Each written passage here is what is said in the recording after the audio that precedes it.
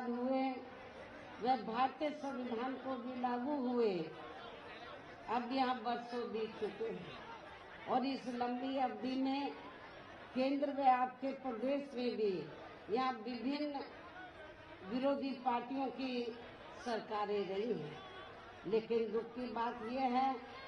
कि इस दौरान यहाँ सभी विरोधी पार्टियों की रही सरकारों में आपके प्रदेश सहित पूरे देश में भी सर्व समाज में से विशेषकर दलितों, आदिवासियों, पिछड़े वर्गों, मुस्लिम व अन्य धार्मिक अल्पसंख्यकों के साथ साथ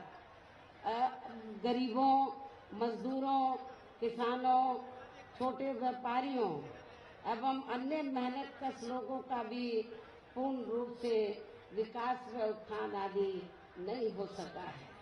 जिनकी सरकारों की नीतियों व कार्यशैली को अब इन्हें और ज्यादा आजमाने की जरूरत नहीं है और इस मामले में खासकर मैं दलितों, आदिवासियों व अन्य पिछड़े वर्गों के लोगों को ये भी बताना जरूरी समझती हूँ कि इन्हें परम पूज्य बाबा साहब डॉक्टर भीमराव अंबेडकर के कड़े संघर्ष एवं अथक प्रयासों से भारतीय संविधान के तहत मिले कानूनी अधिकारों में से खासकर सरकारी नौकरियों में जो आरक्षण की सुविधा मिली है, तो उसे भी यहाँ शुरू से ही इन वर्गों के प्रति हीन व जातिवादी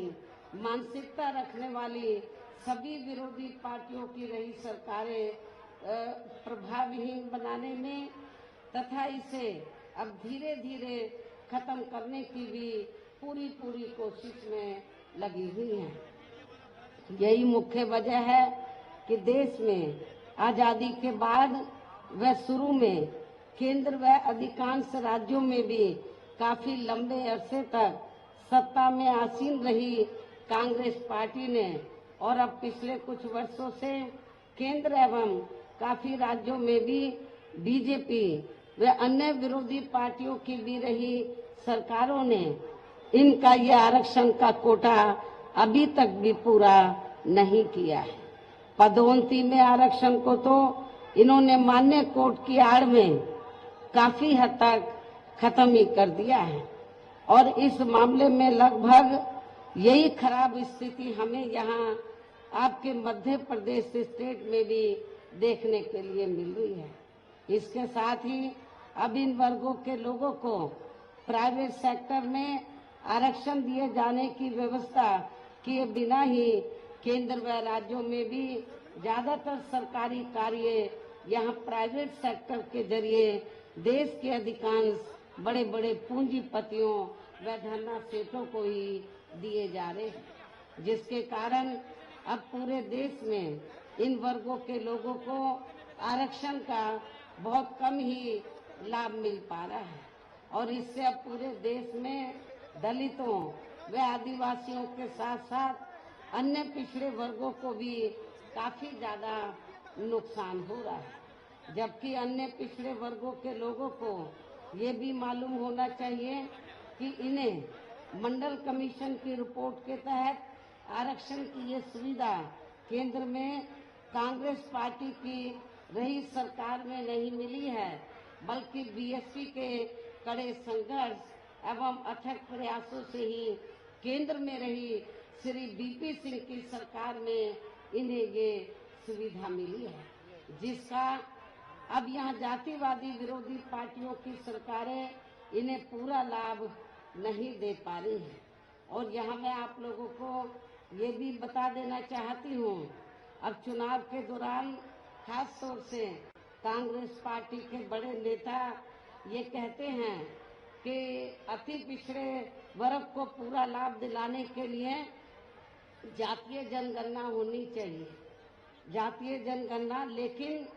शायद इन्हें ये मालूम होना चाहिए और अपने लोगों को भी ये मालूम होना चाहिए कि जब अंग्रेजों के जाने के बाद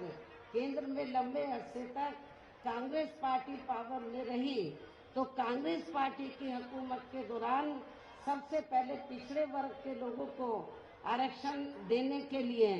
तो जो सर्वे हुआ था, काका कालेलकर की रिपोर्ट आई, उसे कांग्रेस पार्टी की सरकार ने उस समय लागू नहीं किया। उसके बाद मंडल कमीशन की रिपोर्ट आई, उसे कांग्रेस पार्टी की सरकार ने लागू नहीं किया। तो जो कांग्रेस पार्टी अति पिछड़े वर्गों की मंडल कमीशन की रिपोर्ट को जिसने लागू नहीं किया, काका कालेलकर की रिपोर्ट को लागू नहीं किया, आज वो चुनाव के दौरान पिछड़े वर्गों की वोट लेने के लिए जो बड़ी बड़ी बातें कर रहे हैं, जातीय जनगणना की, मेरे ख्याल आप लोगों को इनकी हवाई बातों के बहकावे में नहीं आना चाहिए, खास तौर से पिछड़े वर्ग के लोगों को। और पिछड़े वर्ग के लोगों को जो आरक्षण की सुविधा मिली है, तो ये देन बीएसपी की है। बीएसपी के अथक प्रयासों से श्री बीपी सिंह की सरकार में